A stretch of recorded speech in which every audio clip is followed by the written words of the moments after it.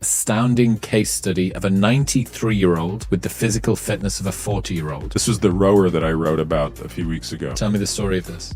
Yeah, it's an interesting fellow. He was not a lifelong athlete at all, right? So that's the beautiful part of the story in my book. If you're listening to this and you're a normal person, so was he. And he just kind of took up rowing, like classes, rowing classes. You know, you get on a rowing machine and you just sort of do it. And he just took such a love to this thing and got so good that at the ripe old age of 93, I mean, I think his VO2 max, I don't remember if it was reported in the article or if we tried to back calculate it based on his times, but I mean, great 40-year-old. He, at least from that perspective, from a rowing perspective, would have the fitness of a... Now, I don't want to misrepresent and say that he's a 40-year-old, because he's not, right? He doesn't have the muscle mass of a 40-year-old, although he does have very low body fat, right? So if I recall, his body fat was probably 16%, which is outstanding. Is his muscle quality the same as yours? You know, would his coordination or fall risk aversion be the same as yours? No. But look, the point is,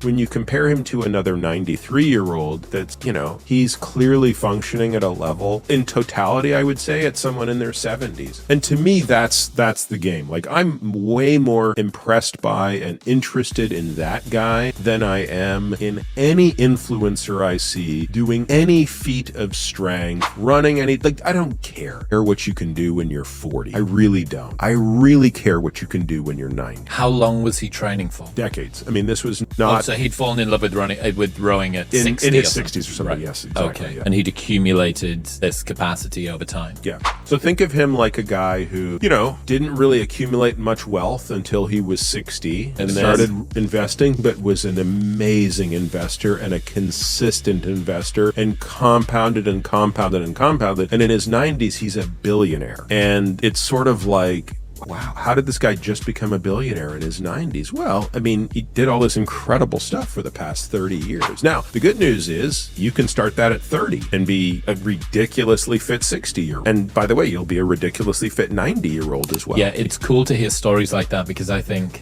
we've turned such a corner with our understanding of health and fitness within the last year. Even just communication about anything, oceans, meditation, history, philosophy, whatever. But there must be a number of people, especially like my parents' generation, who feel a bit miffed about the fact that, God, if I'd known this when I'd been able to hold on to my health as opposed to doing it now when I'm in my 60s, that sucks. But you have this example of a guy who did do that in, you know, what would be considered serious later life, especially for an athletic career to begin, or a health and fitness regime, and has shown just how powerful that is. Like, that's, I think that's it's a very cool story. Yeah, so he's kind of like the poster child for this centenarian decathlon that I love to talk about, right? It's the mental model for what I train for, what our patients train for, and what we really kind of care about. Give me your thoughts on Brian Johnson and what he's doing.